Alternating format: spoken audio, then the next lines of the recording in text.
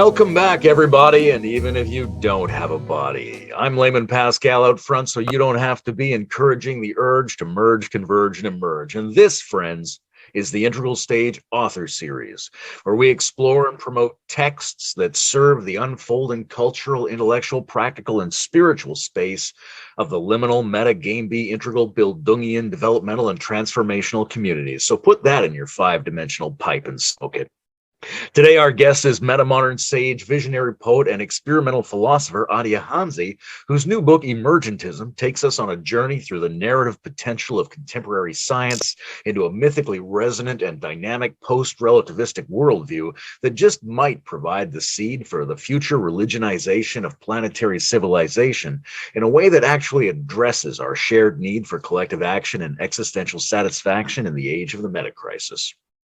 And since the Wi-Fi in his alpine hermitage is spotty at best, we're very lucky to have him here today. Hi, Adya. Welcome. Hello. This is an audacious text. It even says at the beginning, and I quote, "Feel free to balk at the audacity and chastise it for being too naive and doomed to fail." So let's assume that I've done that I've balked and I've chastised, that I've pretty soundly denounced the ludicrous hubris of your attempt to lay the foundation for a trans-scientific religion of unfolding depth and cosmic awakening. Take all of that as a given. Now, on the other side of all that, maybe you would be good enough to steel man, or titanium man, as Ryan Nakade might say, the argument for being audacious in this regard. Why is your foolhardiness here a possible virtue? Good question. I believe that we find ourselves in an existential predicament, one that has been referred to by a meaning crisis. And this is no small problem. And no small problems call for no small solutions. So we must be bold. We must be audacious. And what was your question again? Why is the audacity of this project a virtue here? Why do we need to be audacious? Because it's a pretty preposterous thing that this book is attempting. Yes. Well, one way of thinking about it, which I would propose right now to you, Layman Pascal, is we find ourselves in a crisis, an existential crisis, Layman, a meaning crisis, and a planetary crisis, which hitherto humanity has not experienced at such a scale. So the situation that we find ourselves in is truly novel. And if we are to navigate beyond this situation, we will need the most audacious of proposals, stratagems, characters, proposals. So when one considers complex systems and points of leverage, what are also called the leverage points, one needs to consider the boldest possible solutions at a scale never considered. So, yes, let us be bold, let us be audacious, and if the moment calls for a new religion, well, let us rise to the occasion. I noticed that you mentioned Jamie Wheel several times in the introduction alone to this book. Do you have a man crush on him? Is he your mortal enemy? Are you reinventing the wheel? What's the relevance of Jamie's thinking to the project you're working on in this volume? Well, it's always important to make points of contact to find relevant nodes where ideas being presented can land softly And Jamie's ideas have now been in the zeitgeist, so to speak, in the scene, Layman, such that it seemed helpful to be able to rely upon ground already laid. If we're building grand structures, grand cathedrals, and former souls and voices and, dare I say, prophetic personae have come before us and laid the ground, then one shouldn't reinvent the wheel, but rely upon what's already there. I also have a man crush on Jamie Wheel, and that's part of it. Let's get a little bit of the book's terminology out of the way for our audience. What does meaning 3.0 mean? And what the hell is civilizational design? Good questions. So you mentioned Jamie Wheel. Jamie formulated the conception of a meaning 3.0, and I found his formulation helpful to situate and contextualize my own work, my own ideas. And by my own, I shouldn't necessarily take credit for them, but they are mine. And the notion of meaning 3.0 in this context would be as follows. Traditional meaning constitutes meaning 1.0, which is our mythic understandings of reality.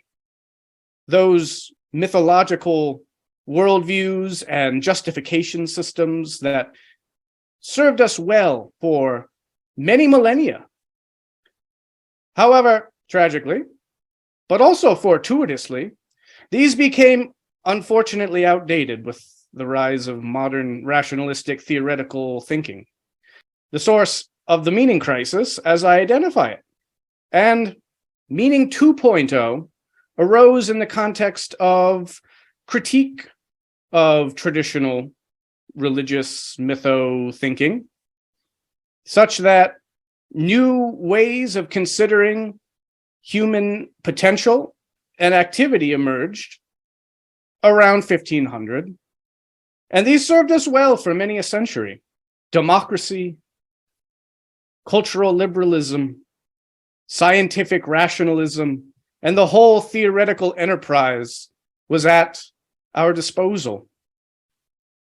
But these too have run their course and met their limits. And now we are finding the breakdown of even this second very functional, serviceable system of meaning today.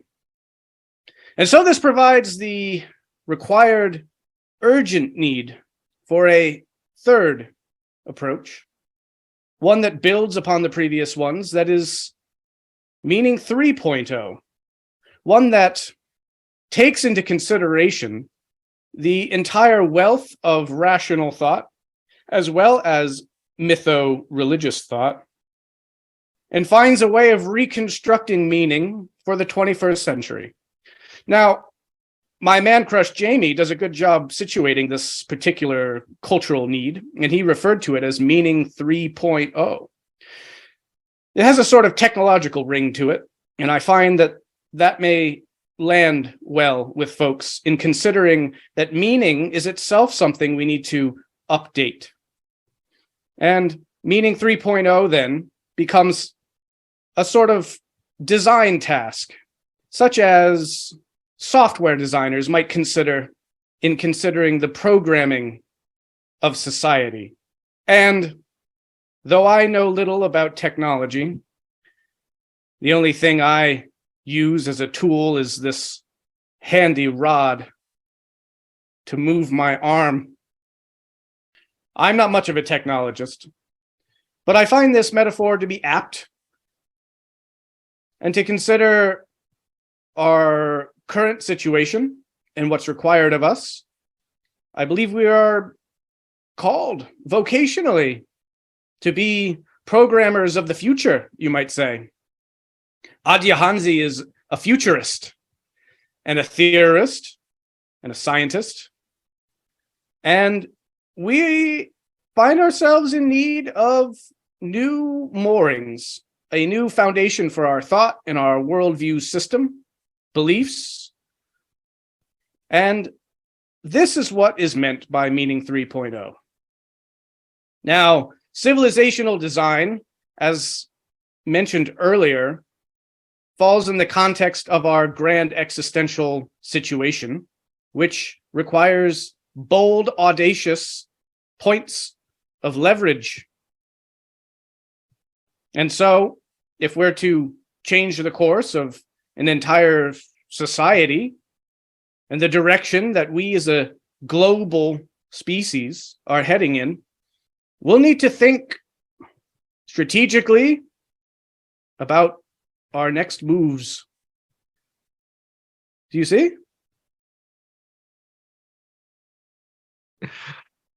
Do you see, Layman? I do, Adia. I'm right there with you. A couple other words I think are pertinent to define, because this book proposes itself to be a journey from logos to mythos to religio. And for those of us who didn't go to a fancy Ivy League puppet university or spend thousands of hours watching leading-edge philosophically oriented puppet YouTube content, could you define what you mean by logos, mythos, and religio? Sure. And let me disabuse your listeners. Adyahanzi is not the product of the Ivy League of puppetry. I came from Sesame Street. I came from the cave. I spent many years in the cave, and that is the source of my knowledge, you see. So please do not class me with these mocha-sipping elites. Adyahanzi sips no mocha. Fair enough. Point taken. Thank you. To your question, religio etymologically refers to a linking back and also observance. Religio means to tie back, according to one philological reconstruction of the etymology. And by this, we mean finding one's context in a long succession, a heritage, a tradition. This is important. Layman, this is important. I have tried to do this in the book, situating emergentism in its intellectual and spiritual history. But religio means more than that. It also means observance. The word neglect is the opposite etymologically of this understanding of religio. And the opposite of neglect is dutiful observance. And so religio also entails to use a Vervaekian phrase, an ecology of practices, duties, ethical living in relation to the ideas that one finds in the core of the system. Layman, do you see? So that is the nature of religio. And any religion will be successful in both of these aspects of the etymological interpretation. Now, Adyahanzi is no etymologist. I lived my life in a cave where there are a few etymology books.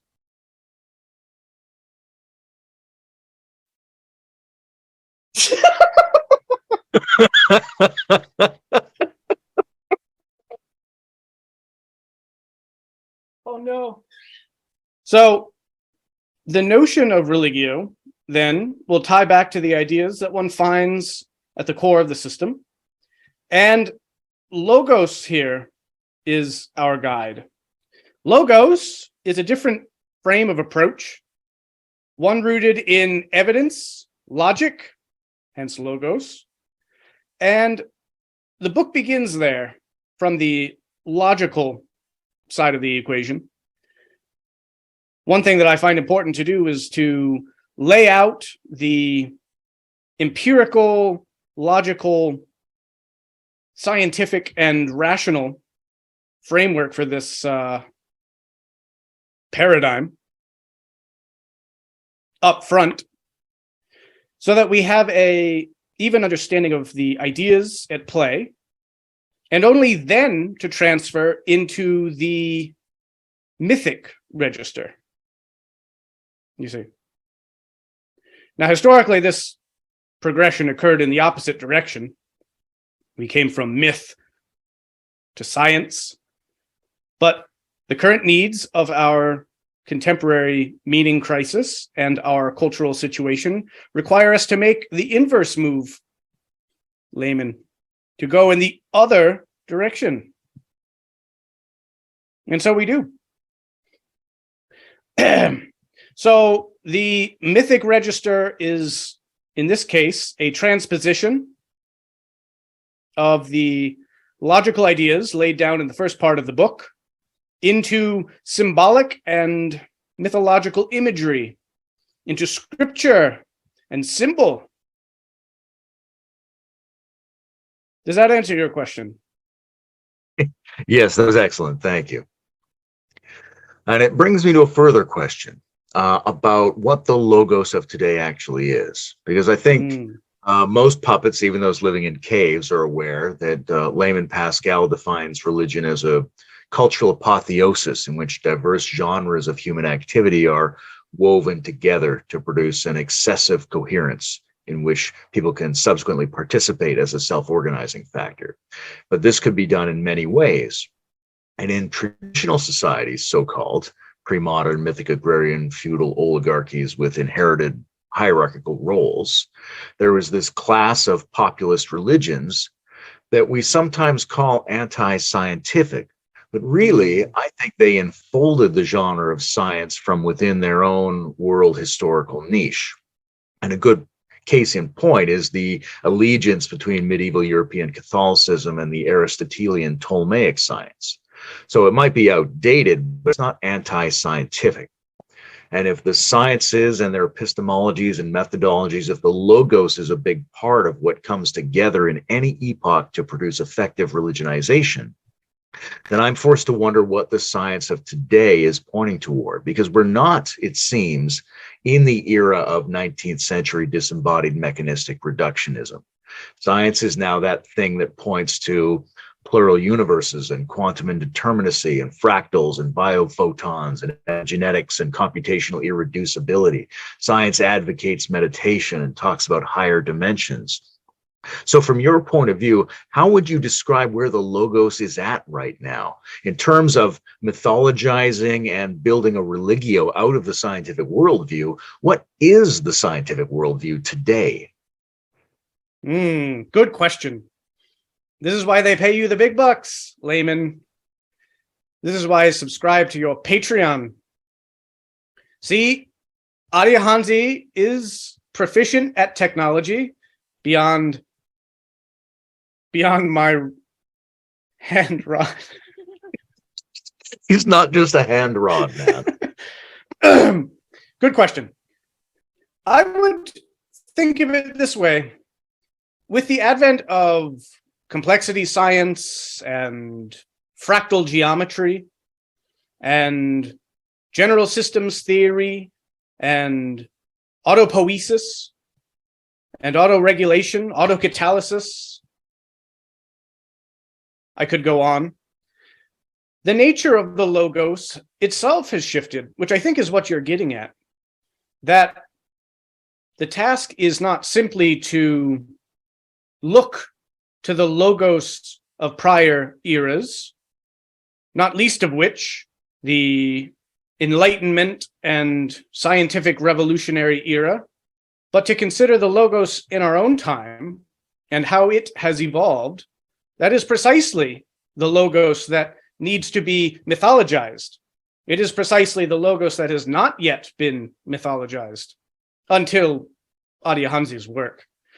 And I believe if one were to look for pictorial representations of former logoi, which is the plural of logos, I think one would find that former logoi were linear, were three-dimensional,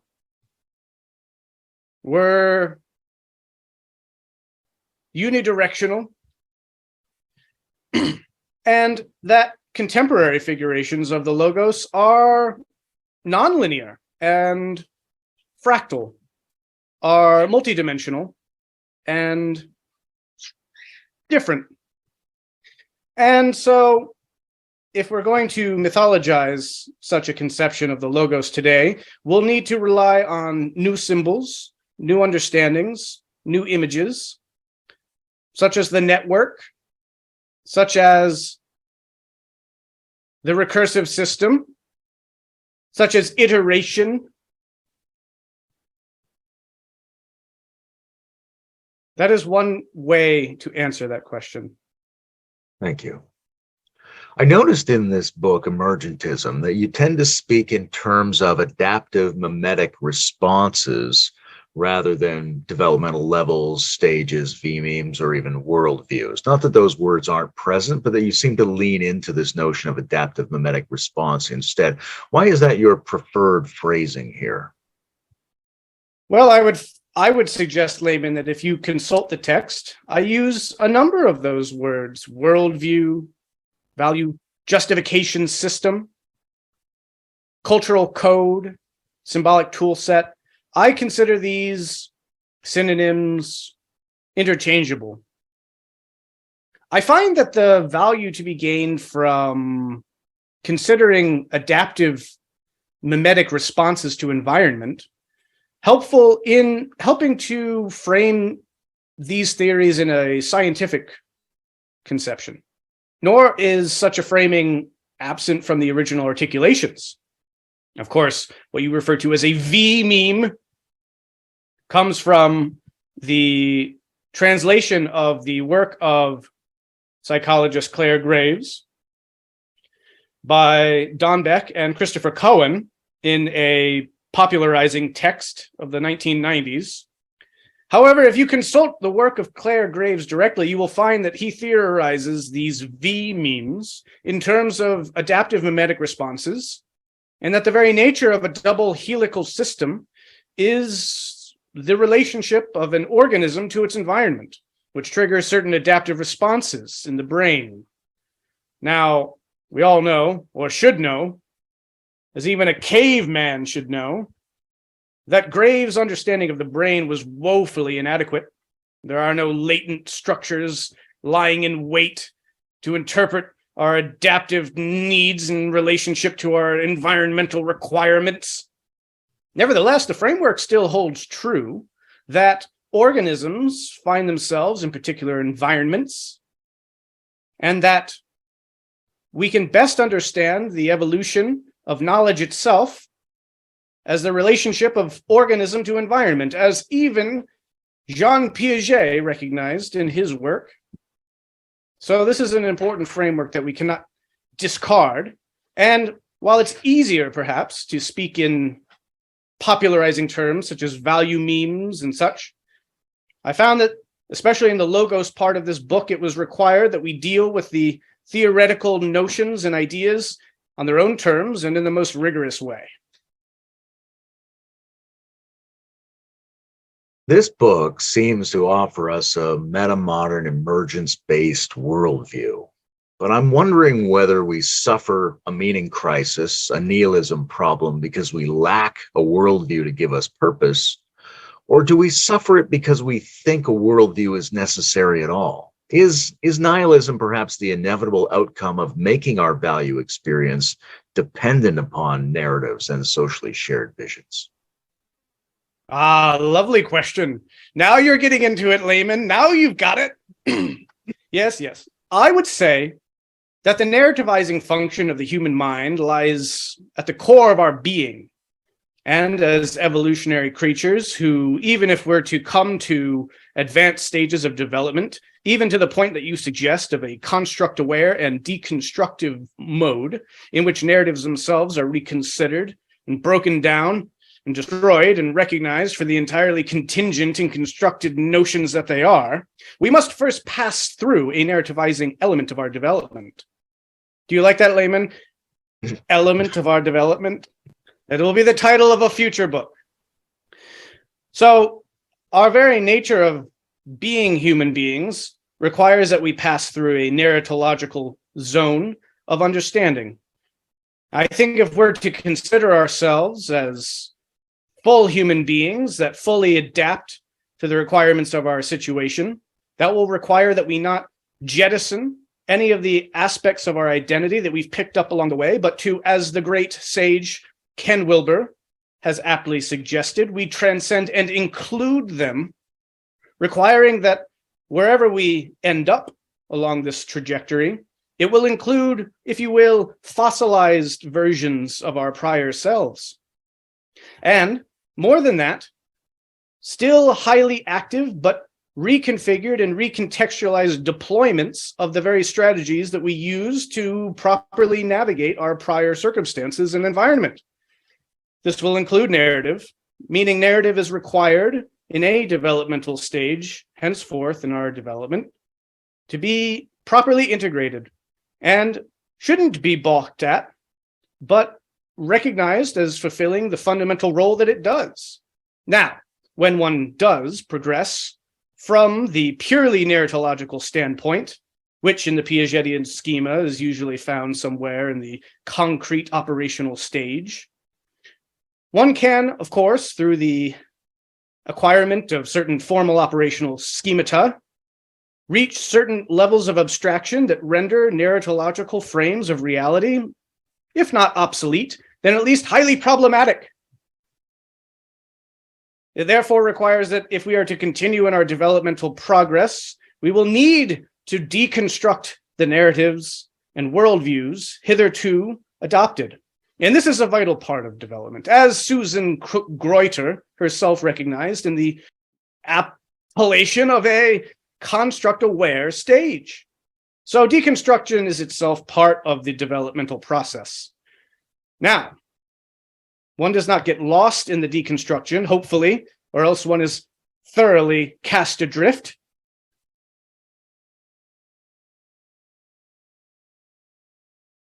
And lost to the seas of nihilism and vertigo, as Adyahanzi was at one point in his own development. I will not speak of that here. Rather, I will gesture to the developmental stage that lies beyond deconstruction. Do you see, Layman? Such that we understand narrative differently after deconstructing narrative. We understand worldview differently after deconstructing worldview, part of which requires that we understand narrative narratologically, and we understand worldviews as a worldview of worldviews. So these notions return fractally, recursively. That is my answer to you.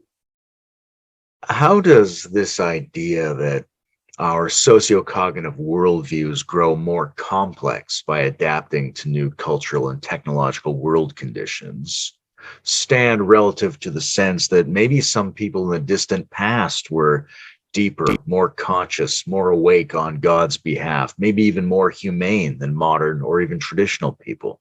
How does emergentism make sense of ancient supercomplexity and spiritual illumination that might exceed contemporary psychology in its complexity? Good question. There are many layers to this important issue. Where should I begin? I think here it's required to resurface the notion that you surfaced initially, which is why frame this at all in terms of adaptive memetic responses? Well, part of that is that we can understand the evolutionary need as it relates contextually to organisms in a particular environment. Now, while it may have been highly adaptive for example, the Kalapalo of Brazil, or the Walpiri of Central Australia, or any number of hunter-gatherer-forager societies of incredible brilliance, deep understanding of nature, to understand their environment in relation to its herbal qualities and intricate biological reality. In the context of a 21st century society, digitally mediated, with the encroachments of capitalism and neoliberal ideologies and technological warfare and various other incursions from societies of more complex social organization, one can appreciate that at a certain point, the adaptive needs of one's worldview require coming to terms with one's situation. Now, so long as those aforementioned encroachments and incursions can be kept at bay, different worldviews can be kept afloat. But to the extent that we are becoming a globalized civilization, increasingly connected, increasingly networked, digitized, for good or ill, the sheer complexity of our modern, postmodern, metamodern society requires that humans, if we're to succeed in our new environment, must adapt to it.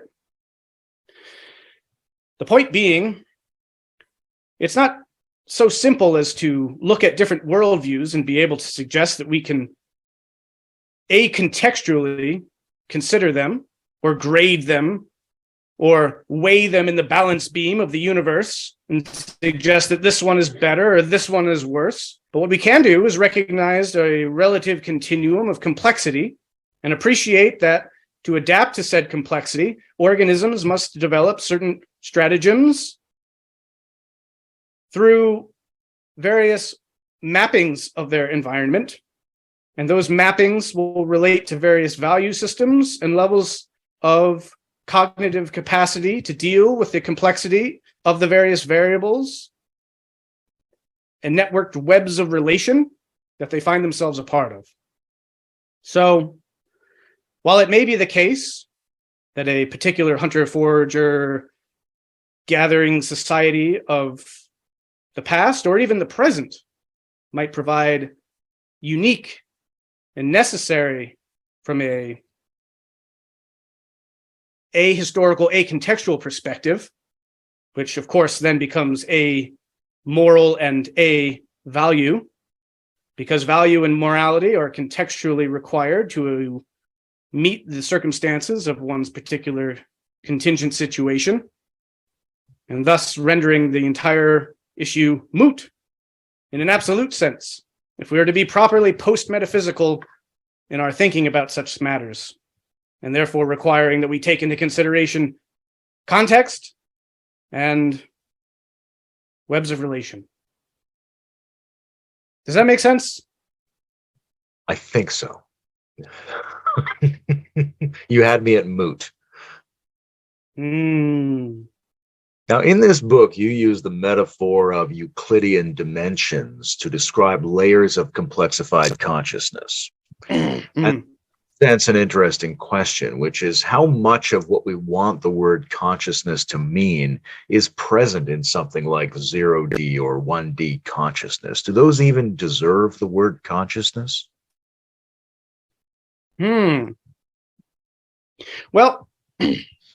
one, of course, must appreciate up front that these are constructions, heuristics, simple terminological phrases, and we must appreciate that these are heuristics and constructions meant for pedagogical purposes, that any consideration of a 0D or 1D consciousness is merely the artifact of a map-making process. And to quote the great sage Sri Wilbur once more, the map is not the territory.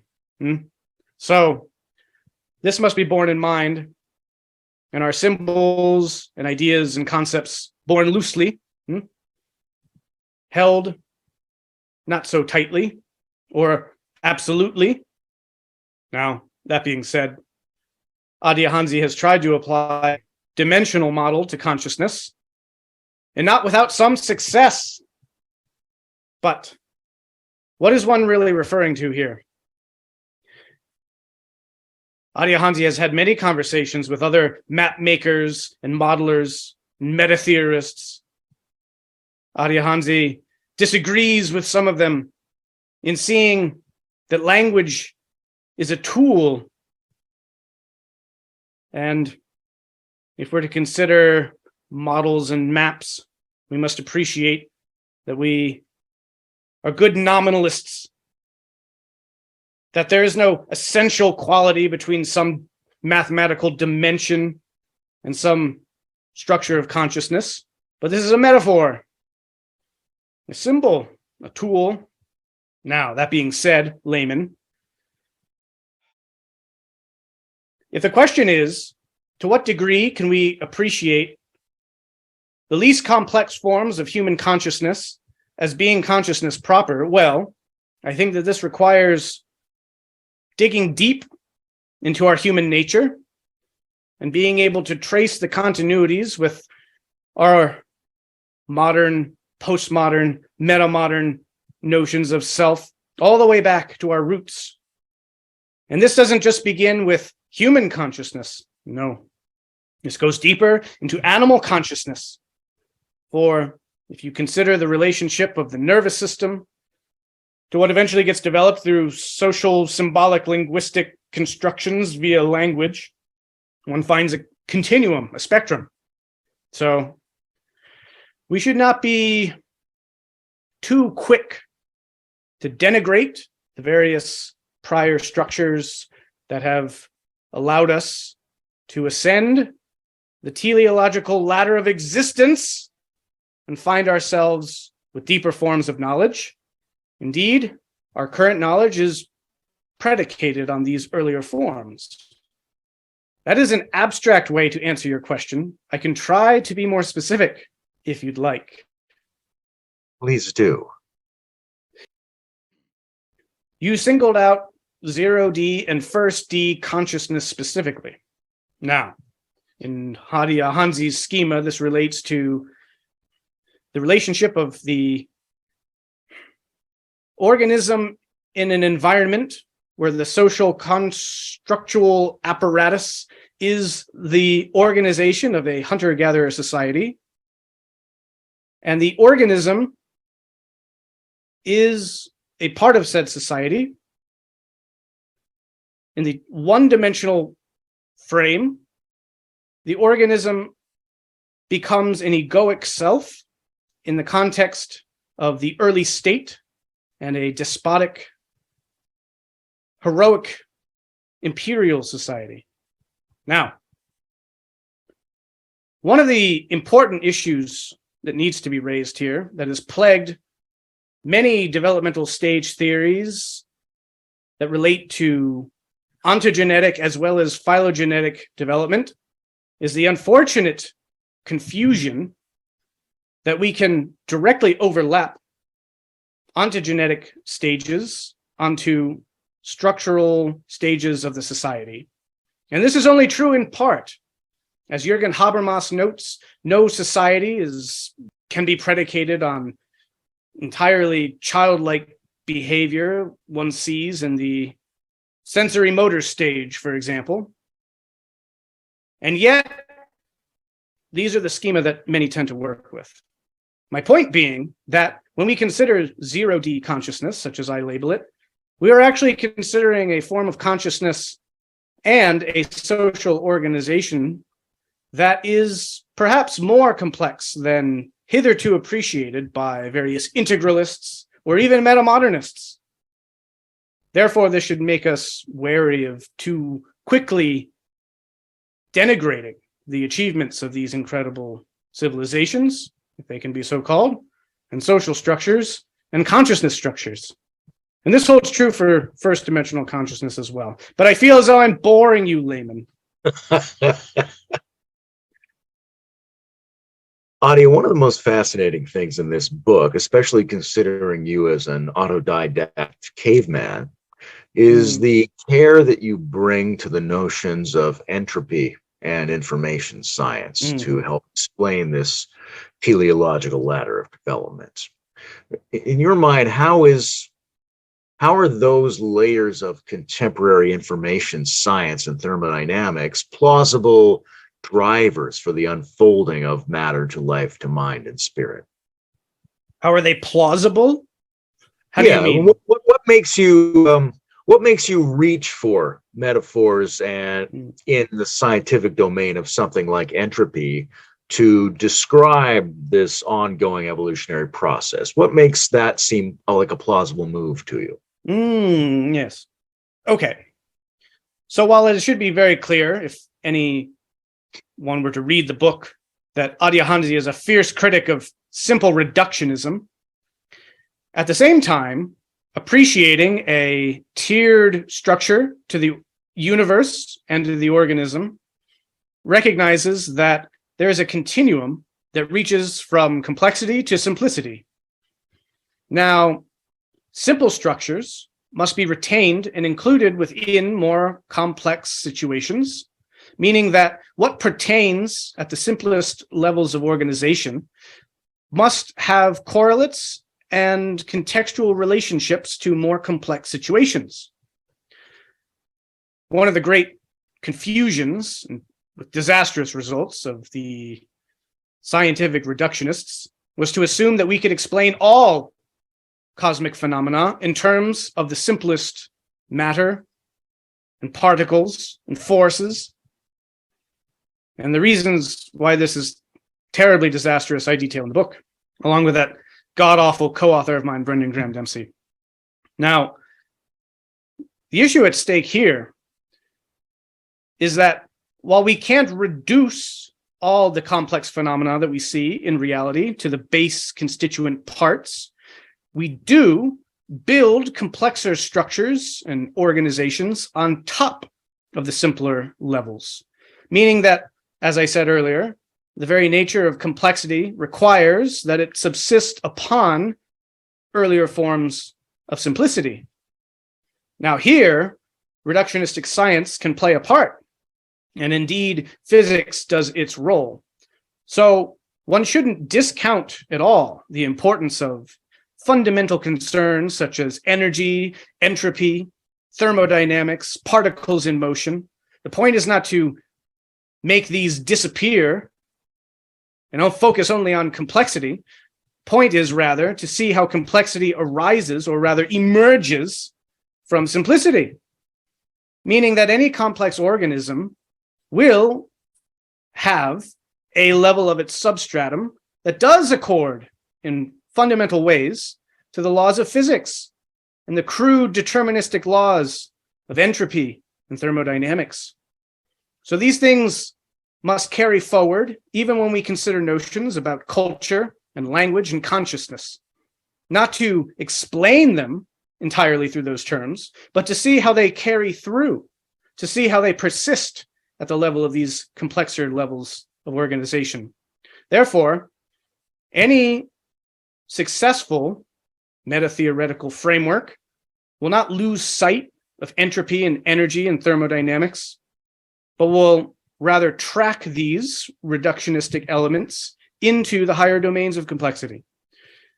Now, when one considers such things as culture and consciousness and language and spirituality, that means that one must find a role in the proper one for such things as energy and entropy. And hitherto, not much has been done to appreciate this fact. It's either been swept under the rug or, again, reductionistically reduced to oblivion. Adyahanzi finds this very unfortunate. Adyahanzi says, we need both. We need all. Do you see?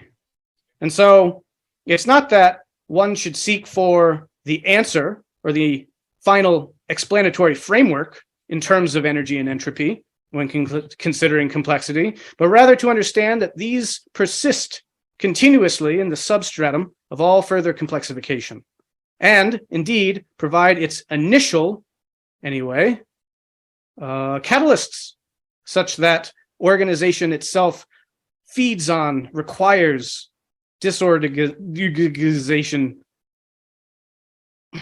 I Audio. had a fly in my throat. It's one of the hazards of cave life, I'm sure. That's right. When we take the contemporary logos and poeticize it, we do get this amazing emergent and emergentist worldview that has a grand aesthetic to it. And that kind of beautiful, complex, intricate, rich world picture is a part of what Religio has offered historically. But another part of what Religio has offered is moral and ethical instruction. What does your vision in emergentism teach us about how to live? Yes, this is covered in some depth in the final chapter of the book. By final, I mean accepting the conclusion. I'm falling off my stool. I apologize.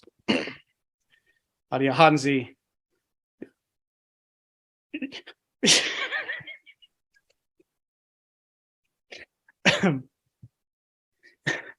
Adyahanzi is... Wait, I'll get it out.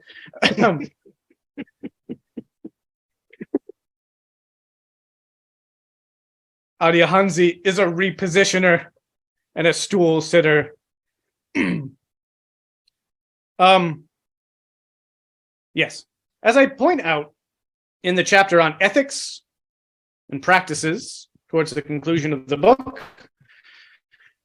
it is not enough from original claims about reality or to say it is so and that is such and such, but rather knowledge itself is transformative of behavior, as indeed knowledge is itself constitutive of behavior, as again Piaget himself even recognized. So that when I learn a thing, it has a bearing on how I carry myself in the world, or should anyway, but we won't get into the is and ought distinction here. Rather to say that what ought to be done when one understands a thing is to adjust one's behavior accordingly. So Adyahanzi does not write useless books about nonsensical, useless ideas. Adyahanzi writes necessary books about necessary ideas that change the world. Adyahanzi writes books about things that matter. You see, not nonsense and jabber. So, you ask specifically, how does this information, this knowledge about reality change our behavior? I would say in the following specific ways. One, we must appreciate that as the universe itself is a multi-tiered, multi-level organism, so are we, with levels that must be considered at the material, the biological, the neuronal, and the cultural. And to neglect any one of these layers would be to lead us to great pathologies, as has indeed been done. So, for example, religious traditions of the past have had a serious problem with the matter level and have denigrated matter and have considered it vile and base. But with the proper understanding that the emergentist framework affords, one can see that though matter is indeed base in terms of being basic, it is not therefore vile or bad, simply less complex. And we must tend to our material substrates just as much as we attend to our biological substrates, so that we can appreciate, as beings with biological and neuronal necessities, that we are animals. Do you see? That we are life. And that this understanding should lead us to appreciate that, for one, we are kin with the animals, kin with other life, and this should affect our behavior towards them. Not least to say that appreciating our animal nature should understand the importance of our biological drives and needs evolutionarily, should lead to a celebration and appreciation and integration of the sexual function. But whereas historically, the appreciation of our animal nature has ended there through simplification and reductionism, leading to terrible results which cause people to assume that human beings are no more than animals, we should also appreciate that we have a cultural, linguistic, self-conscious level as well. That means that while we can celebrate our animal nature, it is not all. What I'm getting at, Layman, is that historically, different religious traditions and ideological positions have tended to pathologically limit themselves in understanding the full integrated stack of the human being and of the cosmos at large, such that we are either reducing all things to matter, or else saying that human beings are only animals and nothing but, or that we negate our animal nature and suggest that we are purely immaterial spirit, etc. These are gross pathologies that have led to many tragic misunderstandings. So, emergentism presents a full comprehensive picture of the human being, one that is an integrated stack of various levels that must be tended to in their entirety. This has profound implications on how we live life, how we value, what we do, and what we don't do. That would be a very abstract way to answer your question, Layman. But if you read the final chapter of Emergentism, you will find very specific formulations for certain practices that are optimally designed to tend to these various levels of your being. And I can name some of those if you choose, but I can also not. I so choose. Yes, very well. So, if we consider the material substrate, we can appreciate that there is a level of reality of which we are a part and which also constitutes various objective items in our environment that are purely inanimate, that are pure material. Now, what does this mean?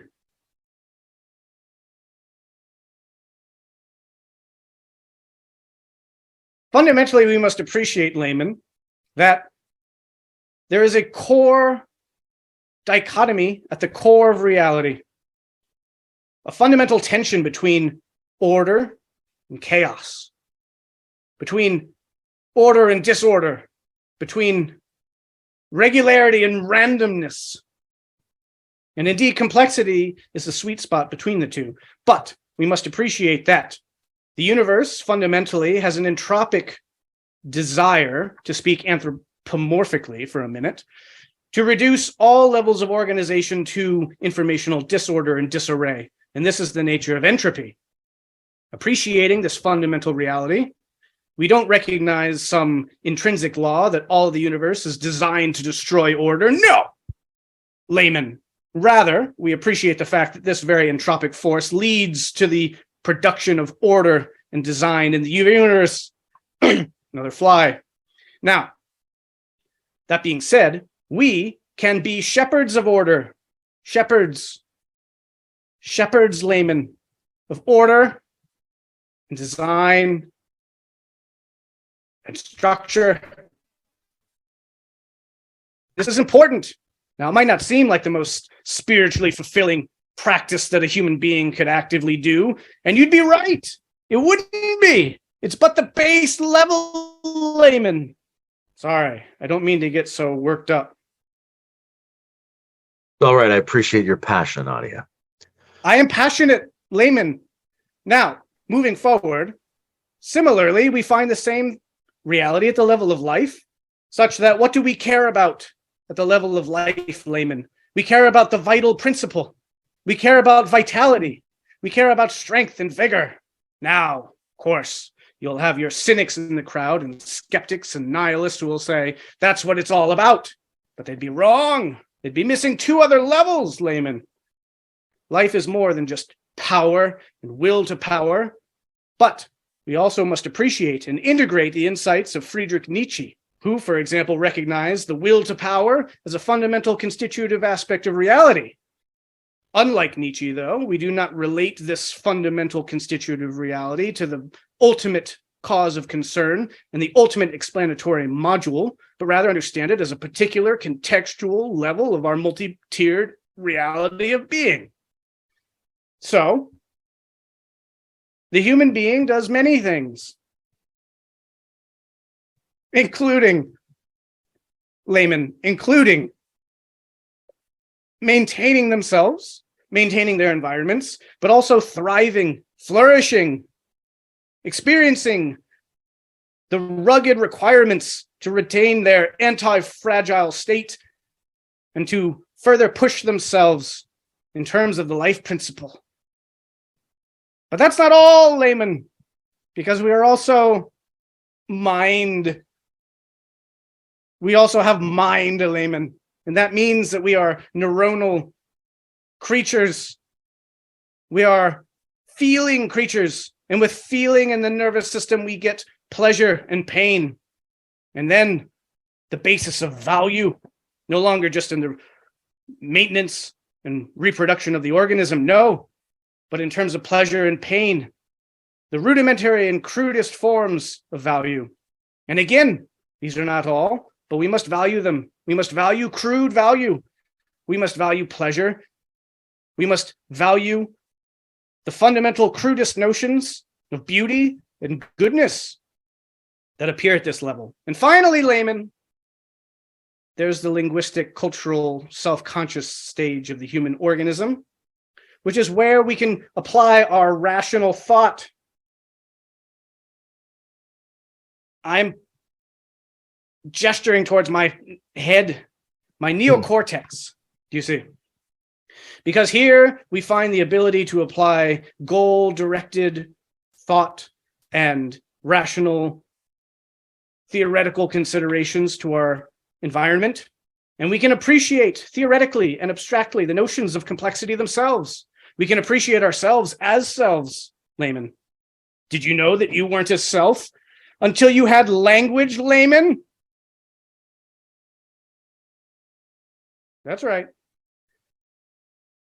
So, practices at the level of culture include learning through conceptual understanding, reading, meditation, and other forms of metacognitive awareness that draw their focus on the very notion of a self and a perceptival knower, which is what the culture level affords us. And only from there can we gain our footing in the mystical domains of reality. The mystical domains, Layman. Only there. Does that answer your question? Oh, more than adequately. Thank you. Why doesn't the notion of God's change and evolution undermine his value? Because I think people might fear that the supreme signifier loses potency if it isn't regarded as statically perfect and always already maximal and totally incorporative. Why is that not necessarily the case? It can be the case. Now, this is another very good question that would require some unpacking. There's many elements to this. Many elements. I say it could include that because I consider the philosophy of Alfred North Whitehead, who, in articulating his philosophy, does so in an echo of other various idealists and other philosophical streams of thought, who posit that there are actually two poles of the deity. One, the primordial, and two, the consequent deity.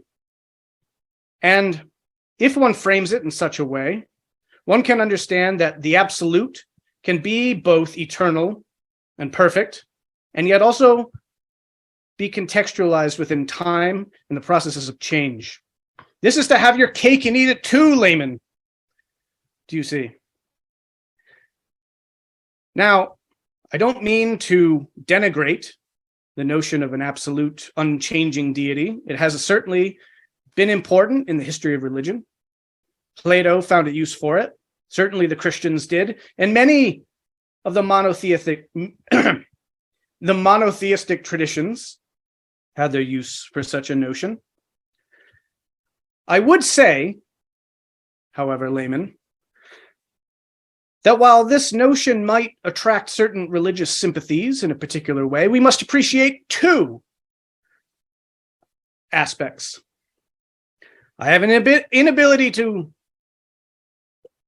show only one or two digits, so you must bear with me. But there are two elements that we must consider, one of which is that this notion of an absolutistic deity, unchanging and eternal, is both developmentally contextual, which I will come back to, and two, it creates many problems of its own. So while it might attract certain religious sympathies, it also creates grand needs of a theological nature for what are called theodicies, to name but a example. So let me take those two in turn. The first notion is that it's contextually, developmentally contingent upon certain structures of thought that only emerge in a particular stage of development of the organism and the society. If one considers the ancient traditions, and by that I mean very early religious conceptions of the sacred and the profane, one will find no such notion of an absolutistic, ideal, eternal, unchanging deity. Rather, one finds powerful beings, a diffuse but overwhelmingly powerful impersonal force, which the anthropological literature refers to as mana, or orenda, or wakan, and other such terms as come from various Melanesian tribes and societies. And here we find no notion of any utterly transcendent absolutistic deity. Indeed, nor do we find it in the next level of development, where we get to polytheistic conceptions of deity. You find various notions of deities that are personified and anthropomorphized in terms of the human being as they relate to the various needs and requirements of society and the agricultural calendar. Here one finds no absolute, no universal. It is only once one begins to find religion entering the abstract stages of consciousness, where the religious notion of the sacred is made universal and absolute. And here one finds, as one enters formal operational thought, the ideas of Plato and the axial age, and the various notions of transformation that occur with the idea of the logos and the absolute, which in their historical turn come to dominate in the history of religion, in particular monotheistic traditions. So, what does this mean? That God, as the absolute, eternal, unchanging, is not indeed unchanging or absolute, but evolved, and that very evolution and developmental sequence is obscured because of the very notions of that stage of developmental thought, you see. Now, that's point one. Point two, if I can recall, had something to do with, theodicy. So while the notion of an absolutistic, absolute universal deity has certain qualities, certain pros, you could say, such as the psychological calm and reassurance that comes from knowing that there is some fixed point, that there is some absolute entity and being, capital B, that holds and contains all things with love and care. Indeed, such things are very powerful. That's a very beautiful and reassuring notion. But at the same time, one must consider, if we were to actually take seriously such notions of an absolutistic deity, one that's omnibenevolent and omnipotent and omniscient, then we are faced with quite the theological conundrum, Layman, because look around, suffering, tears, weeping children, weeping Layman, weeping Adyahanzi at Christmas with no presents, in his cave, very sad, very lonely. Darkness, very sad, dark world we live in, Layman.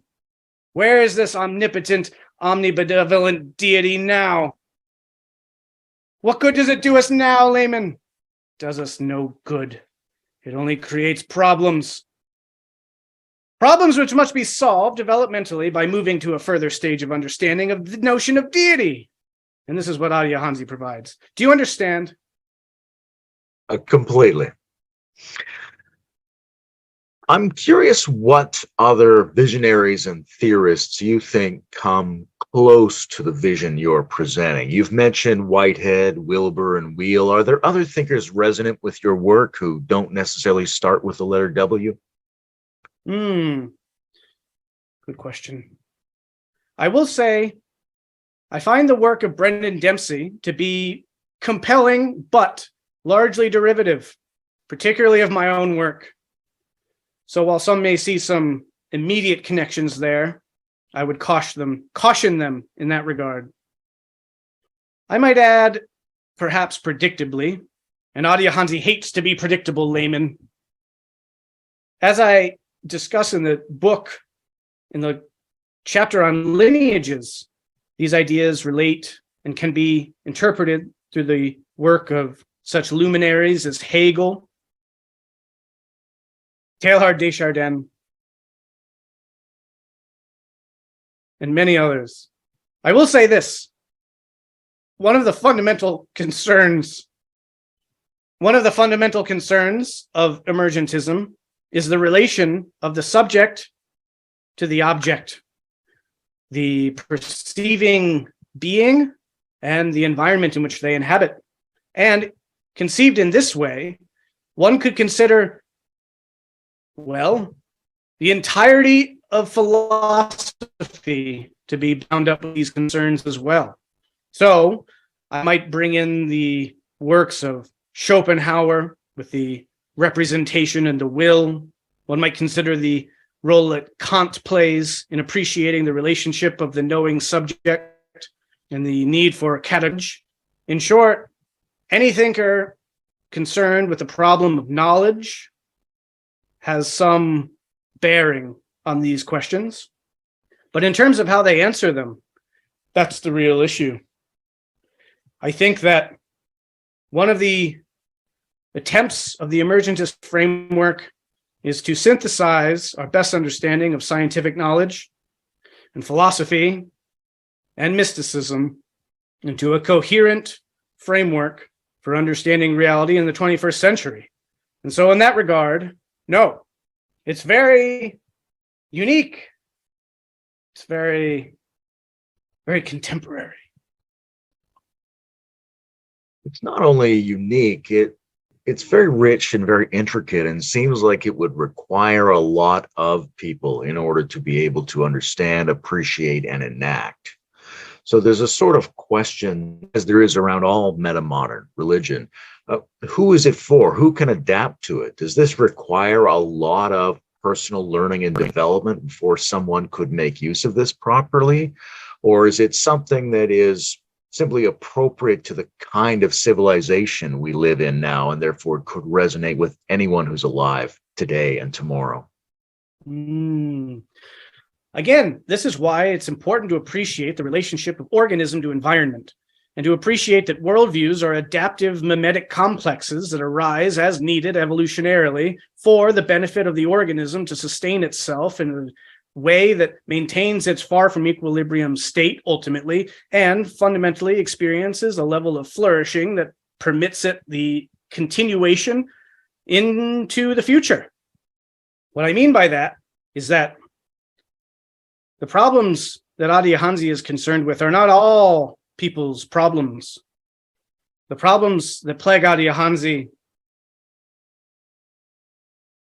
they don't plague everyone, Layman. And if you're not plagued by Adyahanzi's problems, you don't need Adyahanzi's answers. Indeed, the answers of Adyahanzi might be destructive, negative, life negating, and life canceling.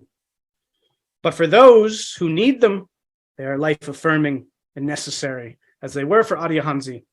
So, what I would say is that when we consider the nature of metamodernism, or any multi-perspectival notion and framework that considers the multi-tiered level of different worldviews as being constitutive of various different organisms' realities in relationship to their environment, we need to consider what the needs are of the organism and the environment.